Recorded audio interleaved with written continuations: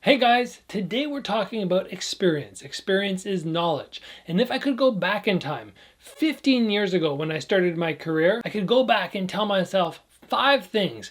That is what we're talking about today. I'm going to share with you the most important things I wish I could have told my young self to ensure I could have been a better fighter, made the whole process easier. But since I can't actually go back in time and share this with my younger self, I will share it with you guys instead.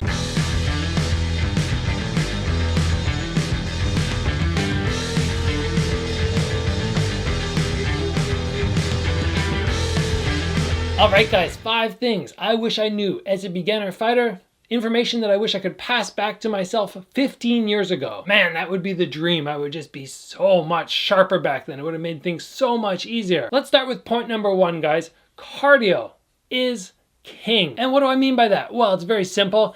If you are the best fighter technically in the world, but you do not have the cardio to make it through the first, the second, the third round against somebody who's just swinging, putting a pace on you, it doesn't matter how good you are, that cardio is necessary. And I took it for granted in my first fight. I did not do my running. I'd already done years and years of karate competition. Generally at the gym, I could sort of wipe the floor with most of the guys. And I went, I don't need to do this. I'm too good. And then after my first fight, I was so tired. I felt so sick. I went, I'm never doing this again. Do not take it for granted, which I guess leads into a couple other points. Very quickly, yes, running is important. And 2, I guess maybe don't be arrogant and don't think you're that amazing. And that leads us very nicely into the next point. Fights are not easy.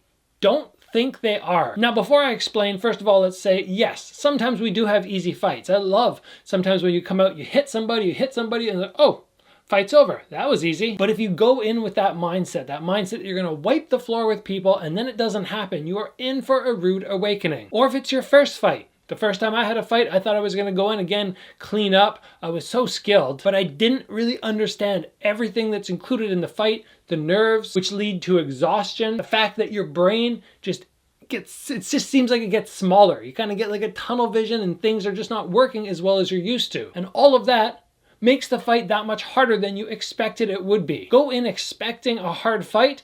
If I could have gone back and told myself one thing, it would be don't be overconfident and go in thinking this fight is going to be the fight of your life. It's going to be so hard. Whenever I go into a fight now, I try to take that mindset, even if the guy's skill level is less than mine. I don't want to go in thinking I'm going to beat this guy, I'm going to clean up, because then the fight is always so much more difficult. Know the fight is going to be difficult and prepare for that. The next thing I would like to tell myself, my younger self, and I did figure this out eventually, but a little bit too late, do not underestimate the clench game. So I was a kickboxer.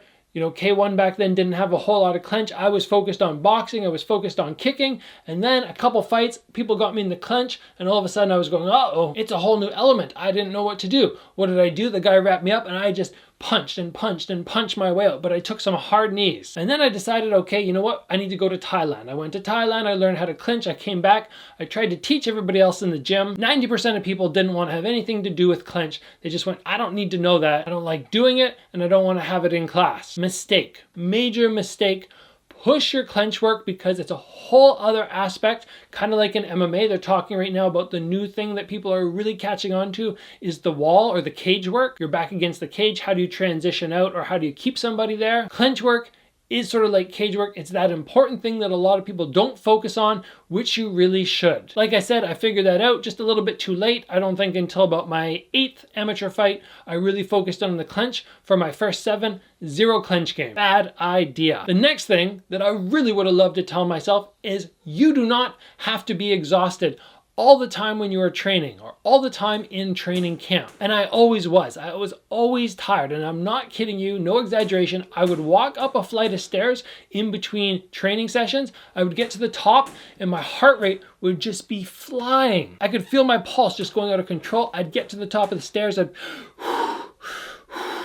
it would just be wild. That's how hard I was pushing myself because I thought every training session had to be 100%. Otherwise, I was not pushing myself as much as I could have. But now after learning and looking back, I went, you know what? If I would have drawn back once in a while, the 100% that I was able to give was really only probably like 70 or 80% because that's all my body had to offer. 70 or 80% was 100%, but those sessions where you're pushing as hard as you can, but you're fatigued, if you just would have eased off for a session or two, just being like, okay, today's 50%, today's a technical session. Today I'm not gonna push myself to that point where I'm ready to fall over. Let's say if you're doing 10 sessions a week, instead of all of them being at that 70, 80%, which is your max capacity because you're always pushing yourself, you do maybe 3 at 50%, maybe another 3 at 70, 80%, but then you have that extra left over to really push like 90, 95% for 3 or 4 sessions. I was missing out on all that because I was just constantly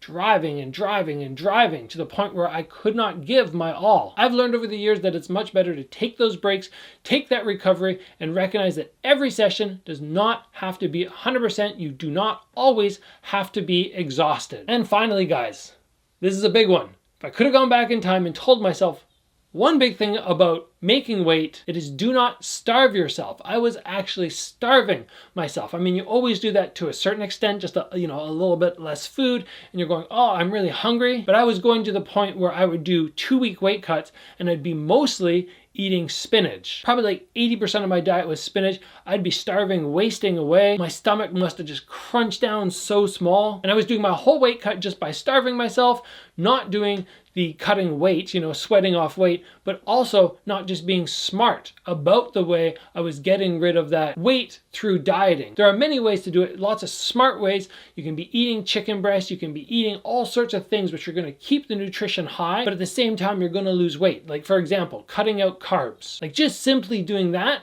for me now makes me lose 1 pound a day, but I'm still able to enjoy my food, eat lots of other things instead of being like, okay, all I can do is have a massive thing of spinach for the next 2 weeks every day and maybe a little fish or something, but that's it. Don't starve yourself. There's so many nutritionists out there now that like, everything's just next level in terms of weight cutting. Take the time, do your research, hire somebody to help you. It is so much more pleasant, and because it's more pleasant, you are happier, you will perform better. I know that now, I didn't know that back then. Big mistake. Guys, if you enjoyed the tips today, if you think there's something in there that's gonna help you, make sure you share the video with somebody else. I really appreciate that. I also appreciate you guys giving the video a like, and of course, getting subscribed. Train hard, guys, and I'll see you back here soon for another video.